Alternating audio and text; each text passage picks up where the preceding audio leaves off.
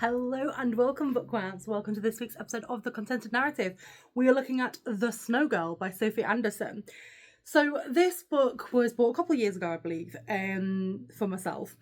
And as you are well aware, I love reading adult stories. I like reading, young adult stories, but I also love reading kids' books. And I think the reason I love reading kids' books so much is because it's got a sense of wonder and a sense of adventure. And you don't have the complications of adult relationships. It's just all nice and lovey and happy, and do you know what I mean? So I think that's why I really occasionally will go back to a child's book and be like, do you know what? This was really quite fun. And so this is more I'd say not your I'm going to read to the children kind of book, but you could read this one to kids if you wanted to, your own or people that you know, obviously, not just random children. But basically, the story of this is you've got Tasha, who had a bit of a traumatic experience where she used to live. And so her and her parents have now moved back in with her granddad to help him run this farm, because he's not been feeling very well. And we don't know if it's going to be a temporary thing or if it's going to be a permanent thing, but either way, going back there. And she, because of this traumatic thing that happened back where she was, she feels a bit out of place.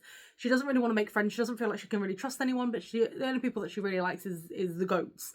And so when the first snow falls, her and her granddad build a snow girl, because there's this story of this snow girl that gets brought to life with the first snow, and she wanders around. And obviously, as it said, basically what happens is she builds this snow girl and makes a wish on it that she wishes the snow girl could come to life, and this snow girl comes to life.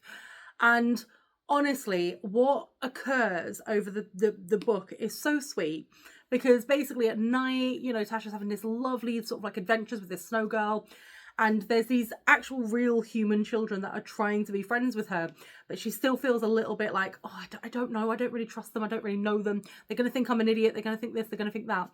And the snow girl's kind of making her feel more comfortable and pushing her into a world with herself, to basically say, once spring comes, I'm done, basically, And it's so sweet and it's so lovely. And I love how it juxtaposes can't say that word. I love how you've got the two sides of it. You've got her becoming more of a person, her becoming more happy with herself, with how things are with this snow girl, and then becoming a little bit guarded, but then less and honestly, it's just an all-round lovely book. It didn't take me long to read it all. I think it took me less than a day, but to be perfectly honest, the speed I read and how many pages it is, I would definitely recommend it. I would say, if you've got, as well, the inside of that, I got the hardback, so you get the drawings through it as well, which is really sweet. But yeah, so I would say, definitely read it, 100%. It was such a sweet book, and it'll take you no time at all to read it. And if you've got kids, buy it for your kids. If you don't have kids, buy it for your nieces or your nephews. And if you don't know children, just buy it anyway, because you don't need to be a child to buy the book. But you don't necessarily have to buy it as well, because remember what I always say, you can go to the library to rent it out, get it on a Kindle, hardback, paperback, however you like to consume or audiobook, however you like to consume your books. But thank you so much for all your continued support. And remember to always keep it contented.